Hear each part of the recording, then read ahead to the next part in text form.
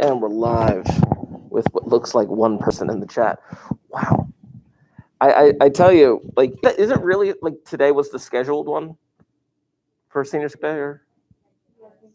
Okay, all right.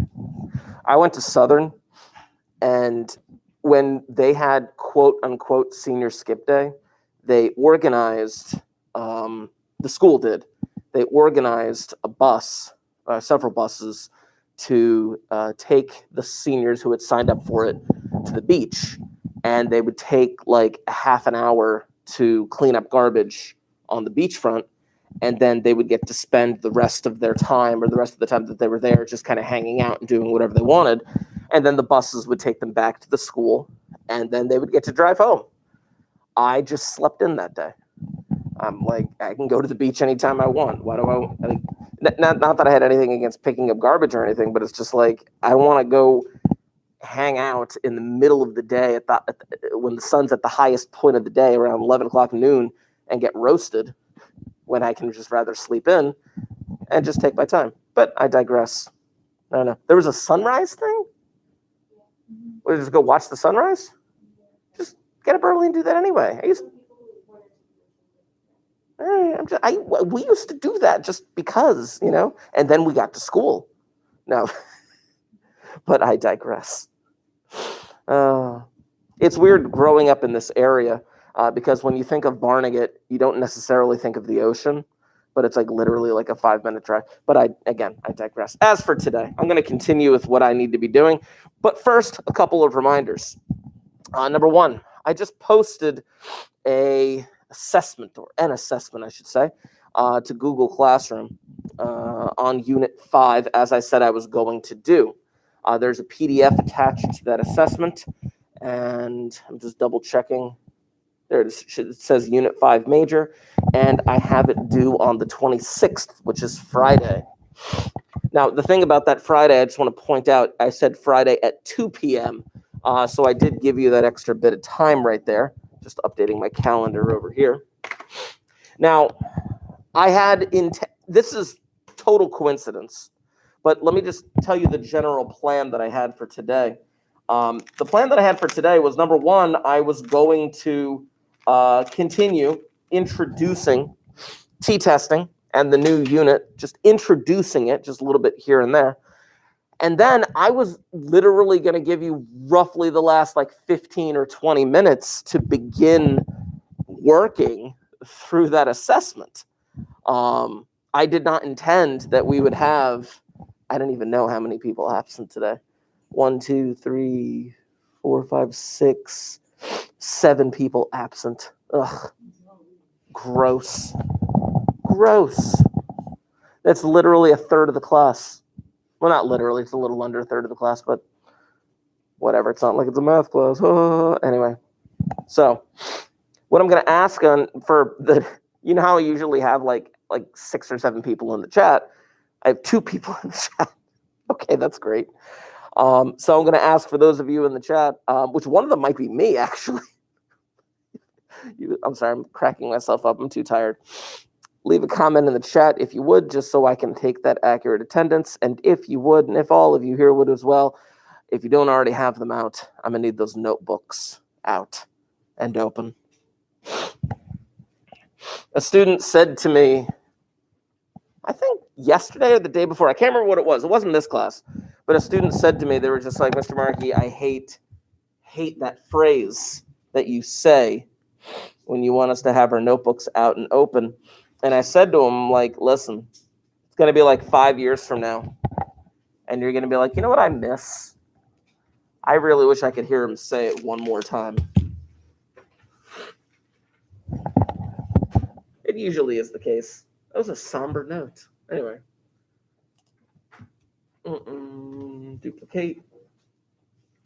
Open up this thing. So I have a PDF problem that I am going to display on the board first and foremost. Now, this PDF problem, I'm going to post it to Google Classroom so you have a copy of it if you want. That's up to you.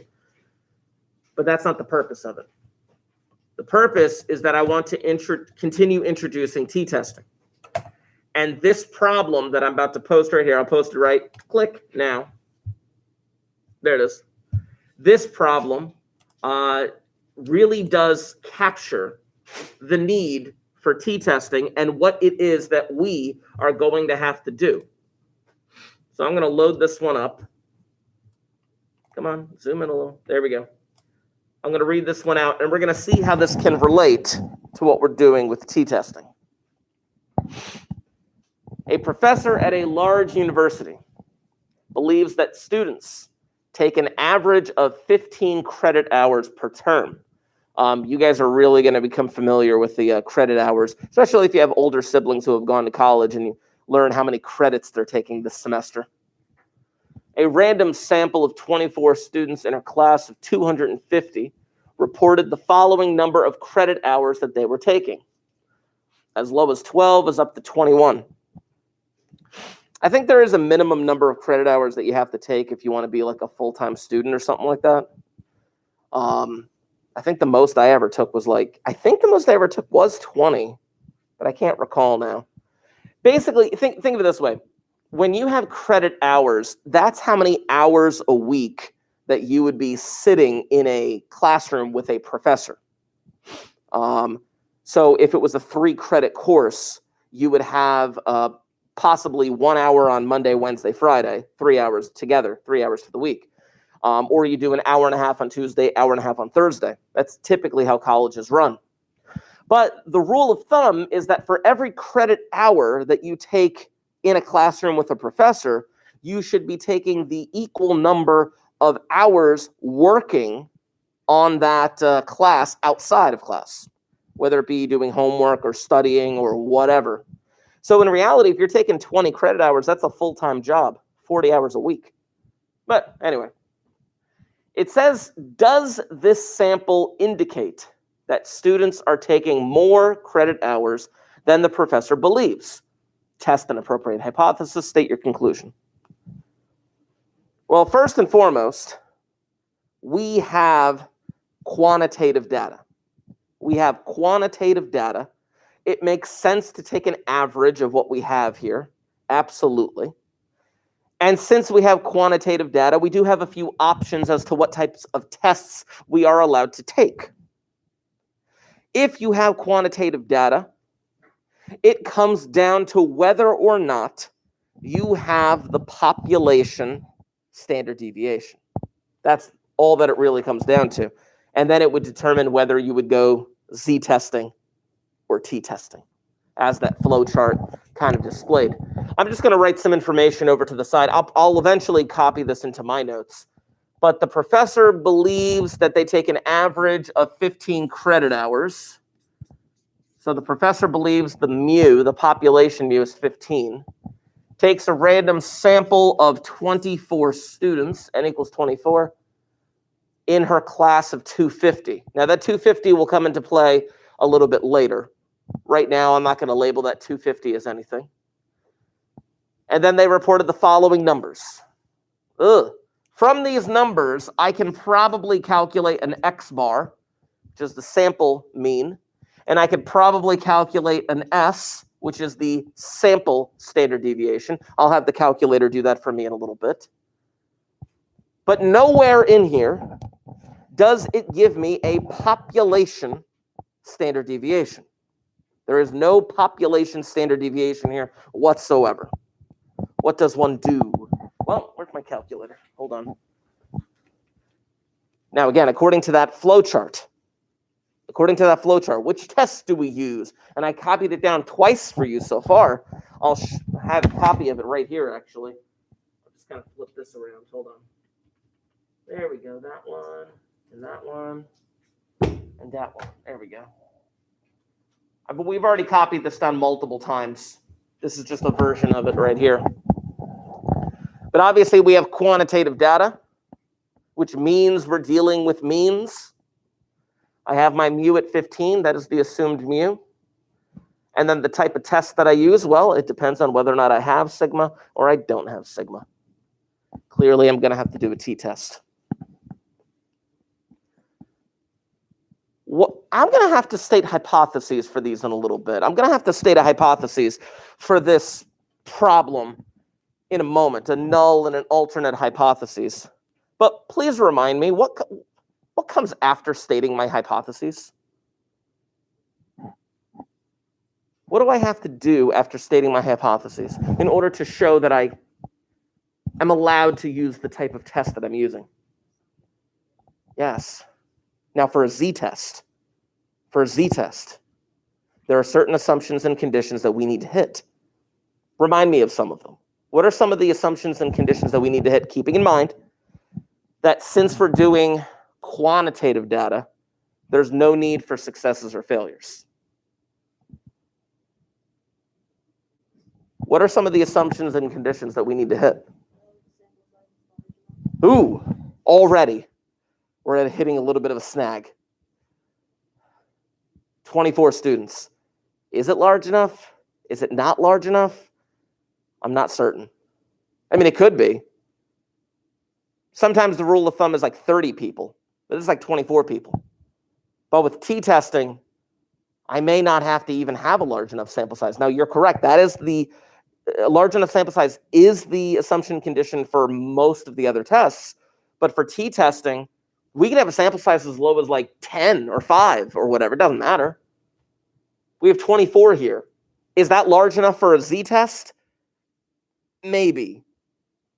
For a t-test, don't have to worry about it. What else? What are some of the other assumptions conditions?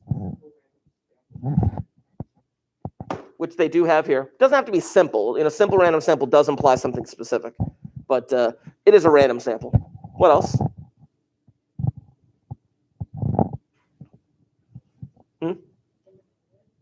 Independence. Based on it being a random sample, is it reasonable to say that one student's number of credit hours is independent of the next student's number of credit hours? Yeah, it's fair to say.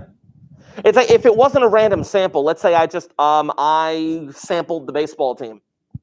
Okay, but if I sample the baseball team at a college, you would think a lot of them are taking the same classes, the same number of credit hours, things like that. Yeah, that's a bit of an issue when I'm trying to take a random sample.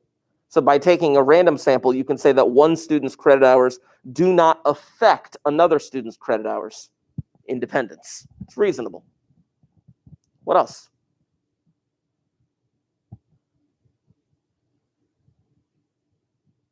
Ooh, what's the one I'm thinking of has to do with why they mentioned 250. Yeah.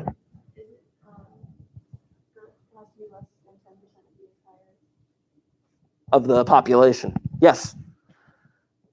The professor believes that students are taking 15 credit hours per term. So the professor is looking at the population of a class, or of all her classes.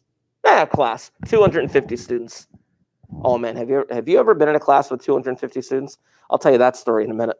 But yeah, random sample of 24 out of 250, you could say that 24 is less than 10% of this professor's class population. Absolutely, yes, you can. I know. Some classes that you'll take in college, some, not all, but some that you'll take in college, you might take in like a big room with like hundreds of different people.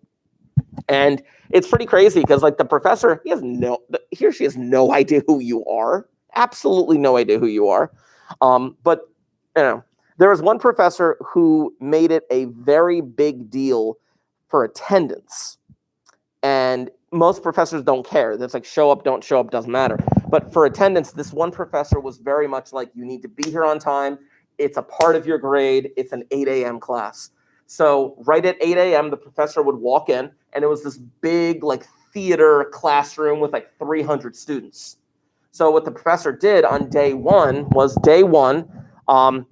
assigned the students where they were going to sit, told them this is where you're sitting all semester. And then at 8 a.m., the professor would come in with a Polaroid camera, click, click, click, and the professor would take attendance later. And if you came in at 8:01, you're absent. It's pretty nuts. Professors are weird. Anyway, back to this. We can't do a large enough sample But we can do most of that other stuff. Randomness, independence, less than 10% of the population. We can do all of that other stuff. But we can't really, a large enough sample? The reason why a large enough sample was necessary, the reason why a large enough sample is needed, is so that we could actually utilize the central limit theorem, so that we could utilize the fundamental theorem of statistics, which basically stated that as the sample size grew larger, then the distribution of means would become more and more normal. But we don't have a large enough sample size. Uh-oh. All right. We have to do something else. That's where I'm going to take you to your notes. So we're going to come back to this problem. And let's see where this kind of leads us. Today is the 24th. March is almost over. This is t-testing continued.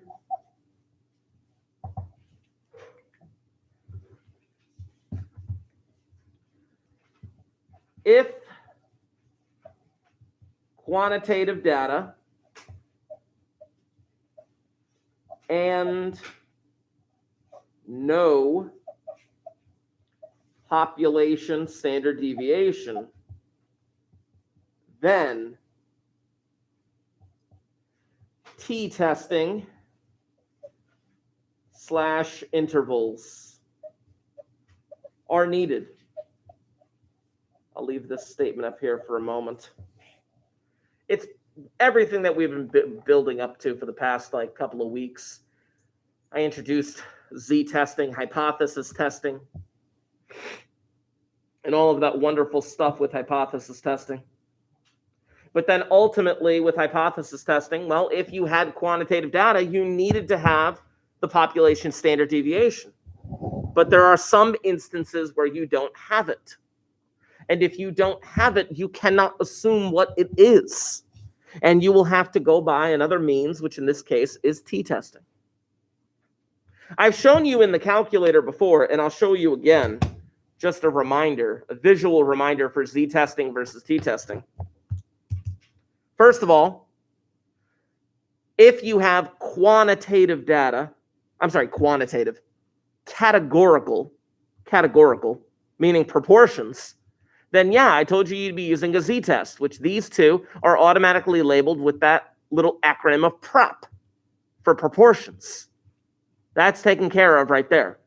But if you have now quantitative data, meaning means, meaning it makes sense to take an average, then it's a decision between z-testing and t-testing, which are these top four choices right here. Now this just has two sample. Obviously, we will eventually do two sample. But these up here, these are one sample. These are one sample z-test, one sample t-test.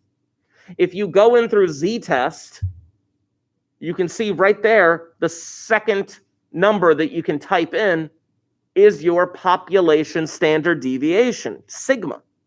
If you have the population standard deviation, you can type it in right there. So the calculator does give you a little bit of a reminder. But if I go t-testing, all of a sudden when I go in there, there's no option for me to put sigma in. None whatsoever. I can't put sigma in. Oh, well. Well, it's because if you're doing a t-test, that implies that you didn't even have the population standard deviation. But everything else remains stealthily the same. Can I input data here? Oh, yeah, I can input data or stats. Interesting. Yeah. Back to this. Zooming out, zooming out, zooming out, zooming out. So there are certain assumptions / conditions for, quote, T. Now, we've talked about some of them, but I want to write them out again. Someone get the door! All right, everyone, don't everyone jump up at once. We thought you skipped. Oh, no, they told me that you skipped all of them. Oh, you've nothing to say to them. Okay. Okay. I can sense the sass. Anyway.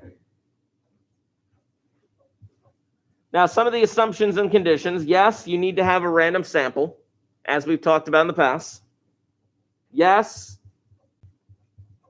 independence, which I would state it in the context of the problem, but right now I'm just putting out a generic list.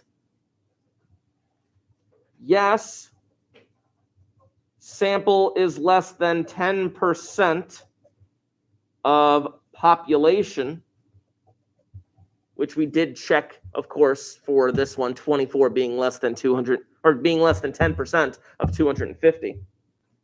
But there is one more condition. There is one more condition that we need to hit that we haven't talked about yet. See, typically we would talk about the sample size being large enough, but we can't assume that for t-testing.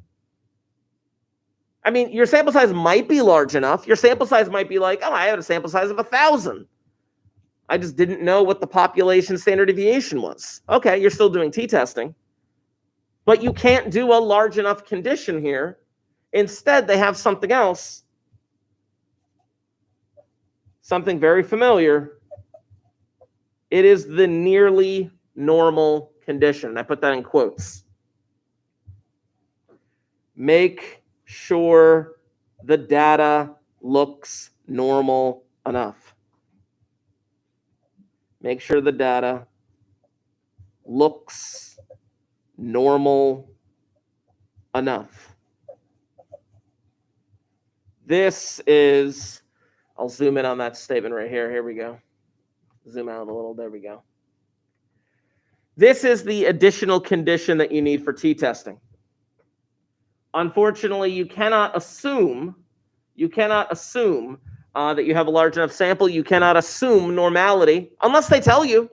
If they say, hey, assume this is normally distributed, oh, happy day, I don't have to go through this. But if they never say anything about being normal, and in fact, if I jump back to this problem right here, nothing in the problem ever said anything about being normally distributed. We don't have a choice. We have to make sure that the data looks normal enough. Now this brings us back. This brings us back to like chapters 3 and 4 or something like that, where we had to create histograms and be able to not necessarily describe all of it, but to be able to see if the data actually is normal enough. And I say nearly normal because it doesn't have to be perfect. It just has to be close enough. You ever hear the phrase, close enough only counts in horse grenades? No? Yeah, horse grenades is much messier. Now, is it a horse filled with grenades? Or is it a grenade made out of a horse? No, grenade. Anyway, back to this. Just the visual image of a horse being a grenade. I don't know why, it just makes me chuckle a little bit. But poor horse.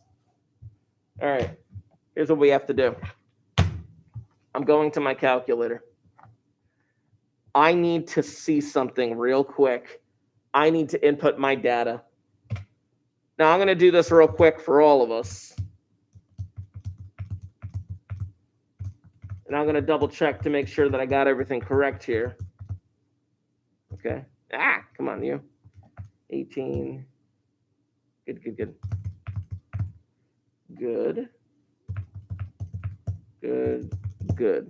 Good. 24 pieces of data.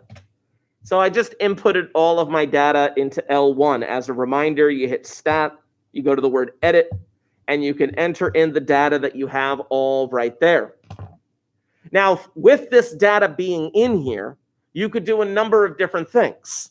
First of all, if you remember what I wrote on the board in orange, I still don't have X bar and S. By typing in my data into L1 here, I will be able to do a 1 var stat and get my sample mean and sample standard deviation. I need to do that. With my data in L1, I can also look at the histogram of the data in order to determine whether or not it is normal enough or nearly normal. Let me get that 1 var stat data first. If you remember stat, calc, 1 var stats, it'll spit out the X bar that we need and the sample standard deviation. Let me write this down here. Zoom out, zoom out, zoom out. So I had mu is equal to 15. N is equal to 24. X bar, according to my calculator now, is 16.625. And my S is 2.223. I'll round it there. 2.223. That looks sufficient. Now that doesn't complete what I need the calculator for. I still need to check normality up here. So I need to look at the histogram. This is why it's very important for you to be able to very easily create a histogram, and I'm going to show you how this works out for this problem that we're working on. If I hit second y equals will take me to stat plot. I'll be able to turn that sucker on. I need to change it to histogram.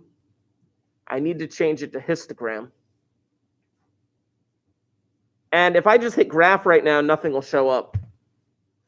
Why? Oh, wait, that's something else. Get rid of that. Why? This is a long time ago that we did this, so we had to graph this kind of junk. I turned my plot on. I changed it to histogram. How come it's not working? To what? Ooh. I got something easier. You're in the right ballpark. You're mixing a few things. Yes, you do have to change the size of your window, but coincidentally, you don't have to do it through a window. You do it through Zoom. Zoom, there you go. Because I knew you were thinking like something with stat. There's a Zoom stat function. Zoom stat. Chapoom! This doesn't look perfect. This looks like, I don't know what it looks like. But it doesn't have to be perfect. It doesn't have to be perfect. It just has to be close enough. And as long as your data is nearly normal, you have hit the assumptions and conditions that you were required to hit. Along with the other bullet points that we talked about, which I'm going to put it all together in a moment. So let's see what we got here. Let me go back to the problem, and we'll go through it a step at a time. A professor at a large university believes that students take an average of 15 credit hours per term. A random sample of 24 students, which we have right there, interclass of 250 students reported the following number of credit hours that they were taking. Does this sample indicate that students are taking more than the professor believes, or more credit hours than the professor believes? Because while the sample average was 16 and change, the professor believes it was 15. Test an appropriate hypothesis and state your conclusion. Well, here we go. Step 1, I need to state my hypotheses. My null hypotheses, mu is equal to 15. Again, notice I'm using population parameter notation. For my null hypothesis, I assume that there's nothing out of the ordinary. There's nothing going on. The professor's claim is innocent until proven guilty. My alternate hypothesis, well, because of the way that the question was worded, does the sample indicate that the students are taking more credit hours than the professor believes, that would be my alternate hypothesis. When you do hypothesis testing, you need to make sure that you hit these four things: hypotheses, assumptions, conditions, performing the test properly, of course, and then an appropriate conclusion. Those are the four things we need to hit. This is step one. Well, for this problem. Step two, assumptions, conditions. Well, random sample stated.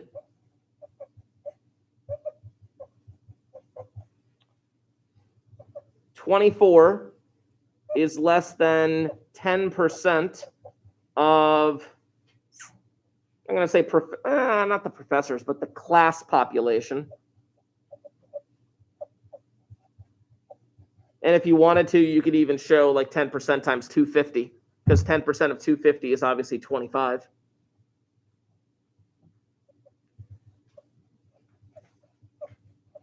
Independence of credit hours taken is reasonable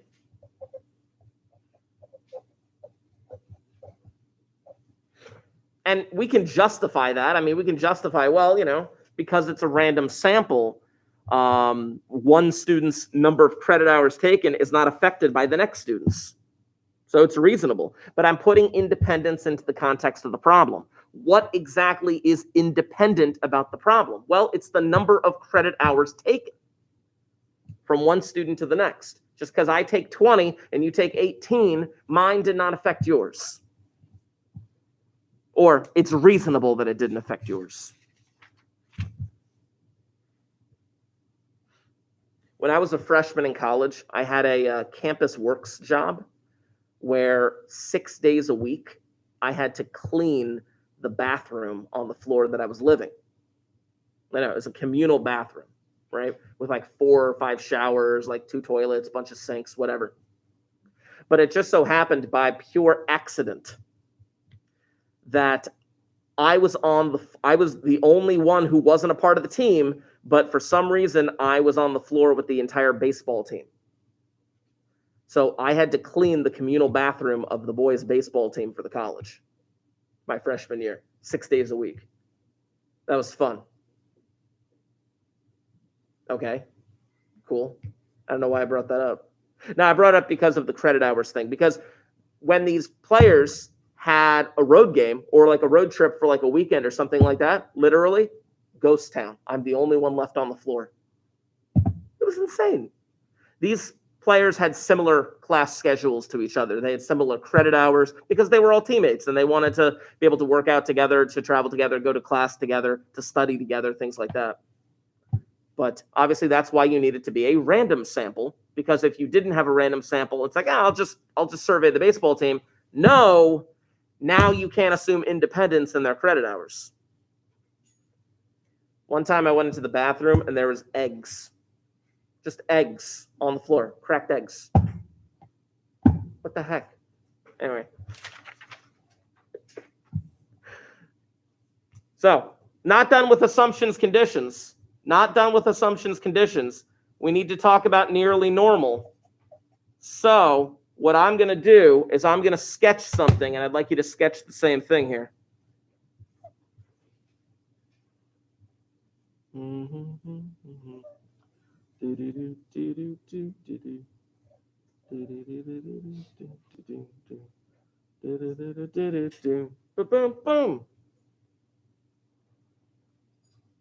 That was a terrible normal curve that I just sketched, but it's okay, because as long as it is nearly normal. Now, I got to go a little bit farther with this. This is a number of credit hours. Just giving it a little title right there. That's supposed to be a number symbol. Number of credit hours. There we go. And yeah, it looks normal enough. Histogram is normal enough. As a result of this, I will use a one sample t-test with, and again, the most patriotic thing of all time, I'm going to give you some formulas in a moment, but with 23 degrees of freedom.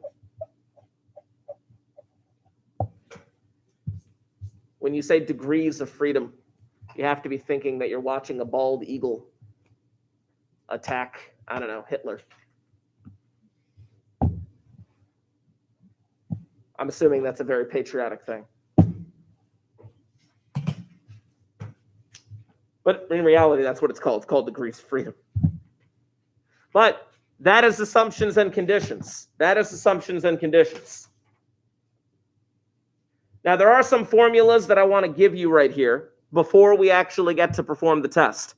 Now, we are actually going to perform the test on the calculator, yes. But I want to make sure that you get these formulas because they will play a role in the future.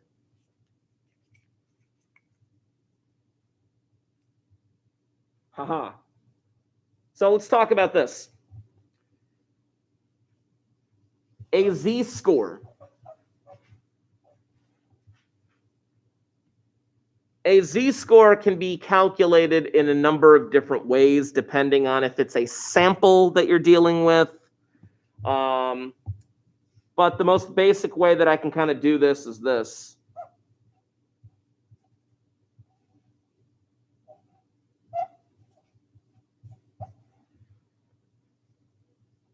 It's generally, again, can be expressed in a number of different ways, but it's like the data point minus the mean divided by the standard deviation. But if you're dealing with a sample, then the sample average minus the population average divided by, well, the sampling standard deviation. The sampling standard deviation, you always have to divide by the square root of the sample size. That's how the z-scores were typically calculated when we did them for z-testing. But now we run into a little bit of an issue with t-scores.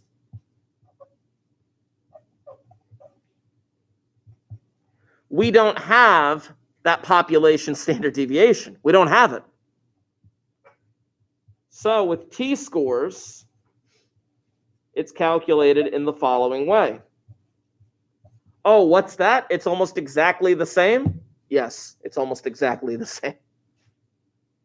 Except the difference being now you don't have that sigma, you're using S. Now, the typical way that the t-score is created right there is with a little t subscript. Sometimes you'll see that.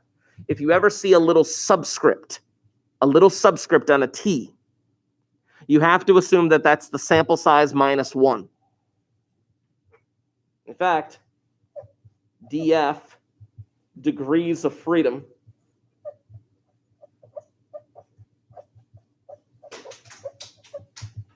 is nothing more than n minus 1.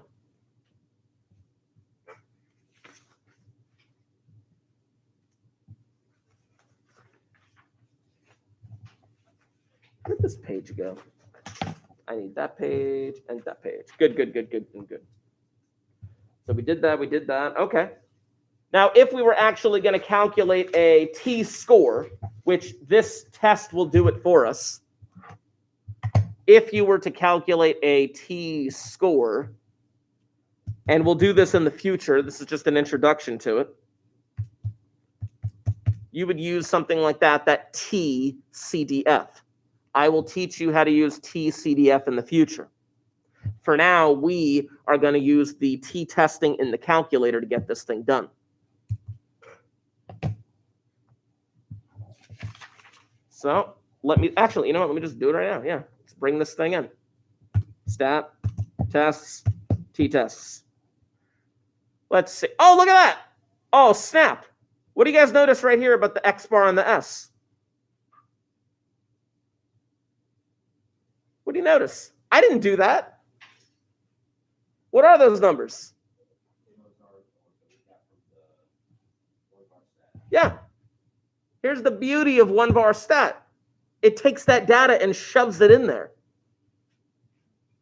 Okay, I'm the only one amazed by this. All right. I got to change that null hypothesis, 15. Look, even the sample size is there. Anyway. I wonder if it'll do that on your Chromebook calculators, but whatever. X bar, got it. S, got it. Puts in the whole number. Sample size, got it. Alternate hypothesis, greater than. Everything looks good. I'm going to draw it out, and then I'll calculate it. First, it'll draw it. Takes a little bit longer to do a t-test. It's not precisely normal, but it does what it needs to do. Come on. There it goes. Look at the numbers at the bottom. The numbers at the bottom, they give you a little t, and they give you a little p. That t is the t-score. That is your t-score. This p is once again your p-value. Same p-value as before. Let me run that back, but I'll do it with the actual calculate. Boom. There's your t-score. There's your p-value and all of the appropriate information. Let me write this down and then give a little bit of a statement. So this is step 3. This is actually performing the test, the t-test. We let mu equal 15, x bar equals 16.625, s equal 2.223, n equal 24, and the alternate hypothesis being greater than mu sub 0. Oh, can't see it. There it is. As a result of all this junk, it gave us a t-score of 3.58 and a p-value of 0.00079. 1, 2, 3. Yeah. Now, the t-score cannot be interpreted the same way as the z-score. The t-score cannot, you can't say, oh, it's more than 2, so no, unfortunately, you can't do that with the t-score. But the p-value does have the exact same definition. The p-value is the probability of seeing these sampled results, assuming that the null hypothesis is true, assuming that students actually do average 15 credit hours, the chances that we would see this sample average is 0.00079. That is still the definition of p-value. So I got to come to a definitive conclusion. You know, I'll come to the definitive conclusion on the next page.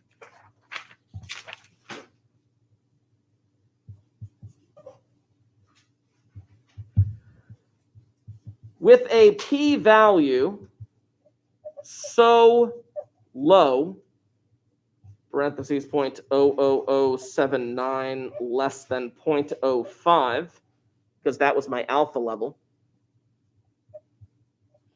we reject the null hypothesis. Once again, whenever you make a concluding statement, you need to reference the p-value. You need to make that statement of either rejecting or failing to reject the null hypothesis. And then after those statements are made, then you can jump into the context of the problem and actually give, meaning to these numbers. There is evidence to suggest the mean number of credit hours taken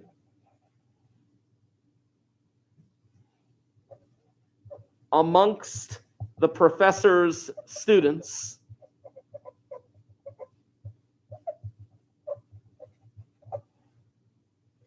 is greater than 15.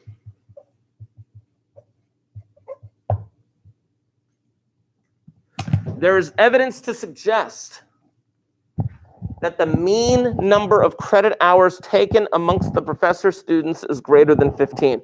I want to specify amongst the professor's students. This is not amongst all students in the country. This is not amongst all students at this university. Because the professor was very clear in that prompt that we read that it was only taken out of the population of the professor's class. Who the heck knows? Maybe this professor teaches a subject where students tend to take more credit hours on average. I don't know. We can't make those kinds of leaps and bounds and jumpy statements. We can only stick to the information that was given to us.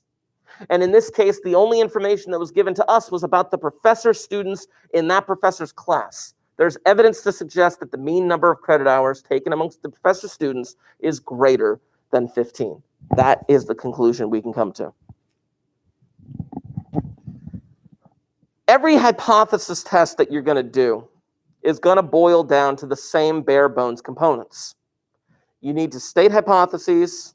You need to go through assumptions and conditions in order to show that the test that you're using is valid, perform that test, and then make an appropriate conclusion. The thing that's going to change every time, I tripped over something. The thing that's going to change is, well, what test am I going to use? Because depending on what's given to you in the problem, you have to change the type of test that you're going to use. And if you have to change the type of test that you're going to use, you may have to alter your assumptions and conditions. But everything else is pretty much going to be the same. State the hypotheses, get the p-value, make an appropriate conclusion. In context. Oh, these things. Okay. Now, I'm going to do this next time. But next time we are going to actually run a t-interval. Because for this problem right here, there is a bottom portion to this where they do want you to construct a confidence interval, a t-interval, if you would. But we'll deal with that next time because there's a bit more detail that we have to go into. Now, with the time that we have left, I know I wanted to give I said 15, 20, and it ends up being 10 because I had to tell a story about cleaning bathrooms. I'm going to strongly urge and suggest that you take the remaining time that we have, roughly 9 minutes now, and you read through some of the problems that I have assigned you on this major. If you jump on Google Classroom, you'll see the Unit 5 major. I'm not saying that you actually do the problems right now. That's not what I'm saying. What I'm saying is perhaps read through these problems, familiarize yourself with, okay, what is it that I need to do and know in order to attack these problems? What is my method of solving this problem? Again, I'm not saying to actually do the thing now. I just want you to get you in the right mindset. So take the next 8 minutes now, because I keep talking, and let's see what we can do. Again, I see one comment in the chat. I see you there. If there are other comments to be made, obviously this will remain open for the next little bit of time. Yeah, and we'll go from there. Oh, I got to update my attendance. It already updated. Let's see.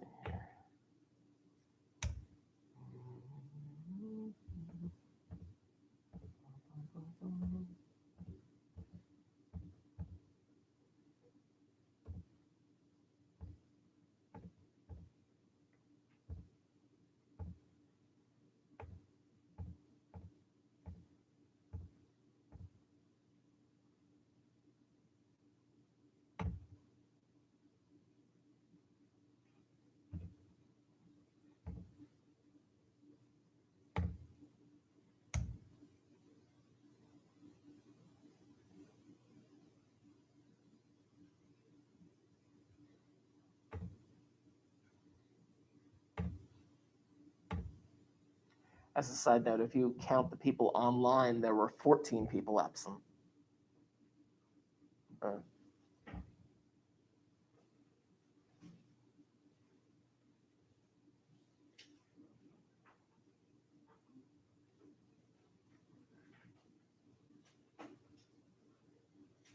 Oh yeah, you missed that conversation. They told me it was senior skip day. Oh, it's today.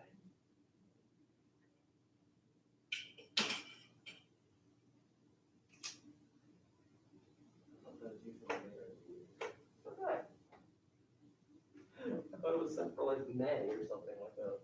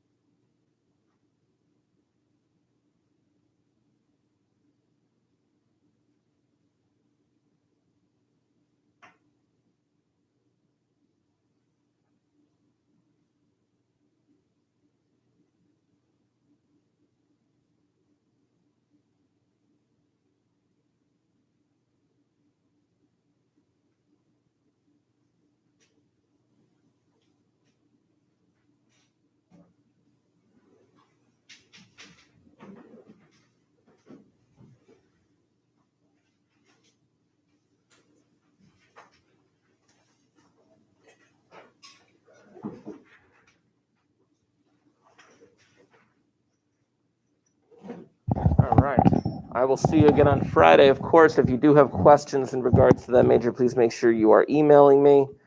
And that will be due at the end of the day on Friday. Yeah.